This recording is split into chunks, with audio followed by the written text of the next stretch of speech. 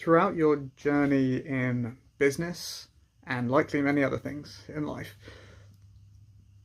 as you travel through the levels, whether that be revenue, product quality, channel of acquisition, anything like that, if you are outgrowing or scaling or evolving into something new, your standards will shift.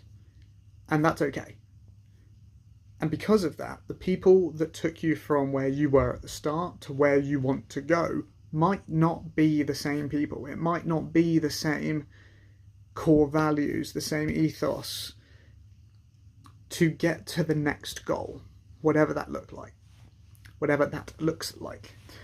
And it might be as simple as prices needs to raise, right? And some people then in the company and outside of the company, so clients and employees, might not see the value in the new price tag and may not agree with it. And in which case, that's fine.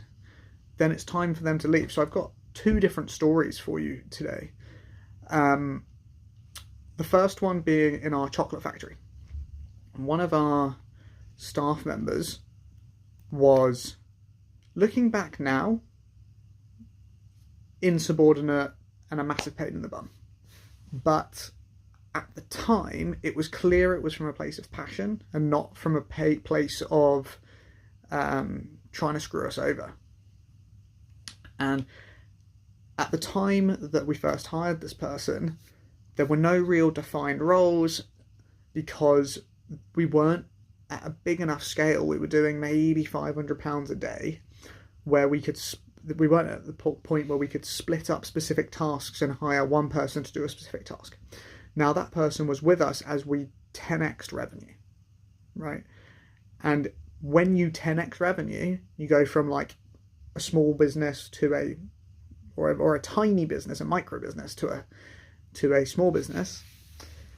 You now have to create streamline roles of, this person is doing this thing, it will pass to them, that person will do this thing, and then it will pass to the next person in the chain. Because there's too many things for one person to know how to do perfectly. So you need to have essentially experts in their individual areas. And when we were doing this transition, we didn't communicate clearly enough how strict the roles were now going to be.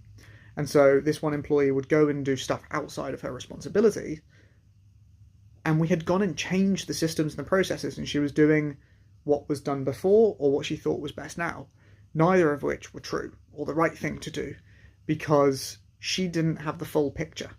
And so when we had this discussion with her of, I get where this is coming from, you're doing it from a place of love and, hard work and motivation, but it's actually being a pain in the bum for these reasons, or it's being detrimental to the company. She kind of couldn't see why, and so I ended up having to explain like so many things above her pay grade that it just wasn't worth it. And it eventually got to the point where she didn't see why she shouldn't, so she did anyway. We couldn't have that essentially insubordination, because then other people were getting things wrong and she wasn't doing her job that was assigned to her, and it created knock-on effects. That we had to say, hey, the person that you are was perfect for the business at the time we needed you, and now it doesn't align with you, and that's okay. So we're going to have to part ways. And it can be a really tough conversation. And then actually in our most recent business with our tutors, our tutoring company, we had a situation where we were going to scale. We hired 10 new salespeople, so we were ready to dial things up and double to triple the size of the team. And so for that influx of new students, we brought on 2 new tutors so that we had spaces to sell. And long story short, the sales team didn't perform. We're now well over capacity for our tutors, and the company's running at too much of a loss that we have to cut down. And so in doing that, we actually managed to keep the best tutors. So we did it purely analytically, of who's had the best retention rates, who's had the best results, the best student feedback, blah-de-da. And essentially had this discussion with the team of saying, hey, this was the plan for the company. you were hired, like the team, we all knew what we were trying to do. We've had to pivot and change direction, and we've got to get lean, and that's what the company needs right now. And so then we had to let some people go, and they're not happy about it, but we know that we didn't get rid of them because they did a bad job. They just weren't the top of the bunch. And so it ends up with a similar principle when you want to do a price raise. So inevitably, when you do a price raise, you're going to lose clients. Some people are going to have a hissy fit. Some people are going to say it's not the same anymore, and they're right. It won't be the same because you're going to make it better. That's the goal. And in doing so, you are raising the prices. And for the people that still love the service and it still applies to them, they will be happy. And for the few people it's not, you got to part ways and it's okay.